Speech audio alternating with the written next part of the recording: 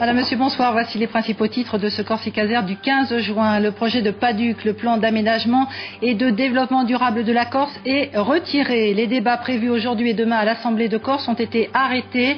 C'est la décision prise par Ange Chantini, le président du Conseil exécutif.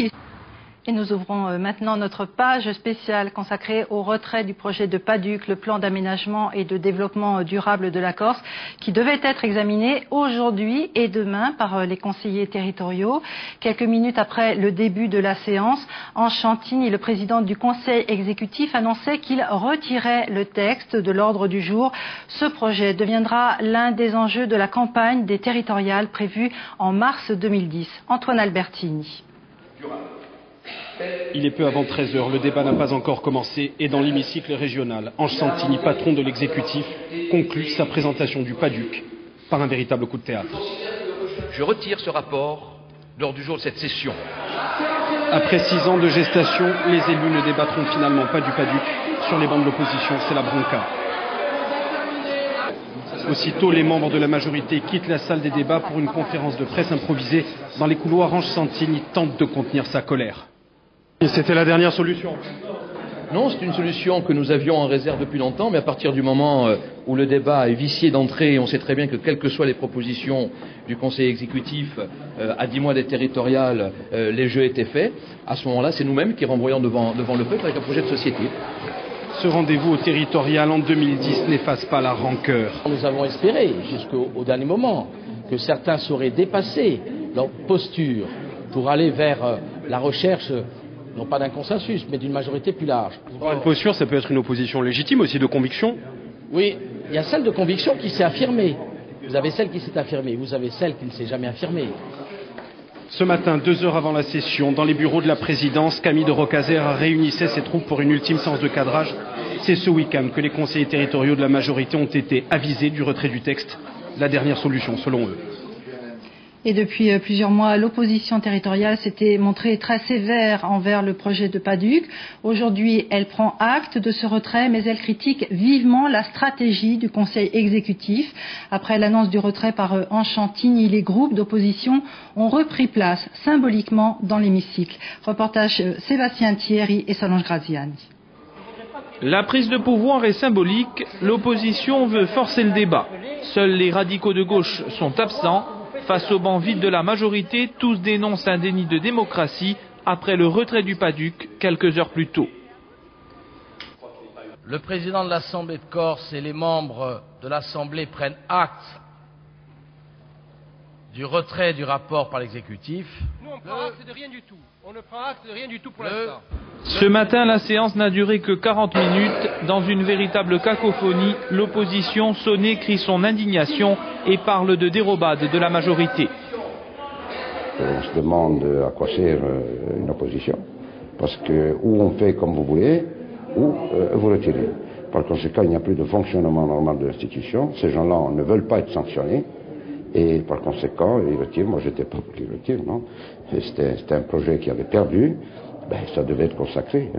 Qu'un exécutif retire du débat un projet qui, depuis 2 ans maintenant, fait l'objet de discussions de tous ordres au sein du peuple corse, au prétexte qu'il va être majoritairement rejeté, c'est quelque chose qui n'a pas de nom. C'est vraiment scandaleux. Le rejet du document était annoncé. Dans l'opposition, seuls les communistes comptaient déposer des amendements en votant contre le texte. Ils n'en auront pas l'occasion. On se retrouve devant le fait du prince. C'est l'incompétence qui a peur du suffrage universel et qui a peur d'être battu par une assemblée délibérante légitimement élue. Les groupes d'opposition préparent la riposte ensemble, mais sans les radicaux de la Corse dans la République qui tiennent une conférence de presse. Ils parlent de désinvolture et prennent acte du retrait du PADUC qu'ils avaient demandé.